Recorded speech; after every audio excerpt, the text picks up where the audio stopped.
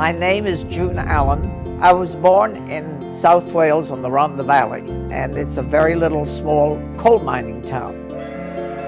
And my grandmother ran a store, and she especially sold newspapers. I never forget September the 2nd, 1939, when she had extra papers come in and it just said, "War declared." I was 12 years old. We are going to win this war, and we are going to win the peace that follows. You don't think you get used to daily bombings, but you do. We had a saying during the war in England, if a bomb had your name on it, you were going to get it, and you just learned to live with that. And of course, rationing went into effect. We got 4 ounces of meat a week, 1 egg a week, a half a pint of milk a week. Clothing was rationed. Every ship that tried to bring anything into England was torpedoed and sunk. You can't believe the austerity of the war. We were pleased when America got in the war because we knew we were going to get a lot of help. And that's when the GIs started arriving.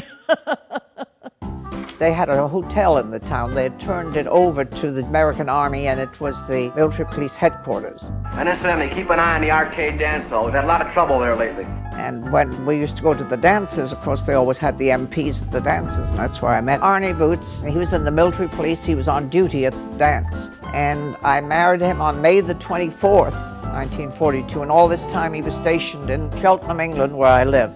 I mean, within 2 or 3 days after we married, he went to Torquay, where they got ready for D-Day. I turned the radio on that morning, and they said the Allied troops had invaded Normandy. Early Tuesday morning, paratroops were dropped from numerous aircraft on the northern tip of the Normandy Peninsula. The long-expected Anglo-American invasion appears to have begun. 6 weeks after D-Day before I got the first email, and I had no earthly idea whether he was alive or dead. So I didn't see him from May the 26th, 2 days after we got married, until February the 10th, 1946. That's a long time. When I first heard about coming to America, of course, as a GI bride, we had to apply to come over here as immigrants. One evening, we all met, assembled in this auditorium. They said, we're going to all get on the buses and go to Southampton tomorrow, where you'll board the ship that's going to take you to America. I didn't know what to expect. I'd never been on a ship before. When I first saw the Queen Mary, it was so massive. The Queen Mary was so famous in England. We all screamed it was as famous as the King and Queen.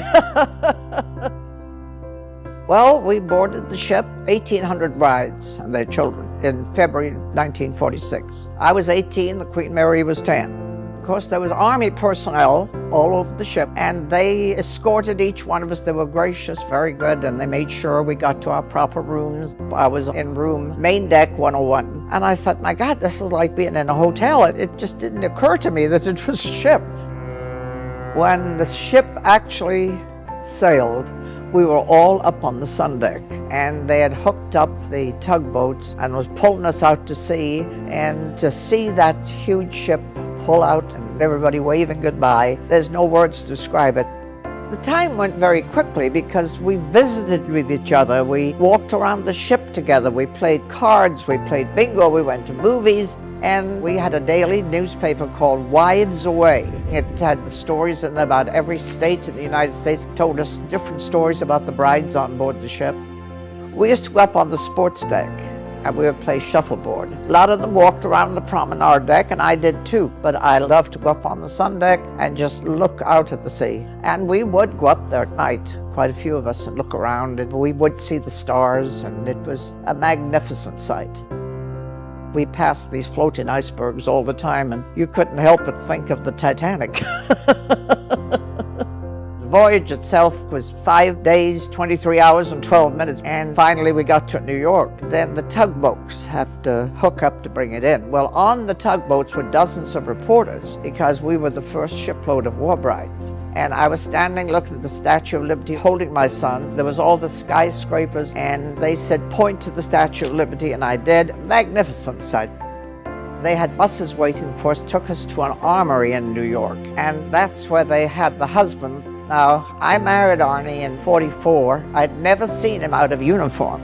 They called my name and called his name, and I thought, is that him? I really didn't know the man I'd been married to over 2 years. Didn't recognize him. It was quite a deal.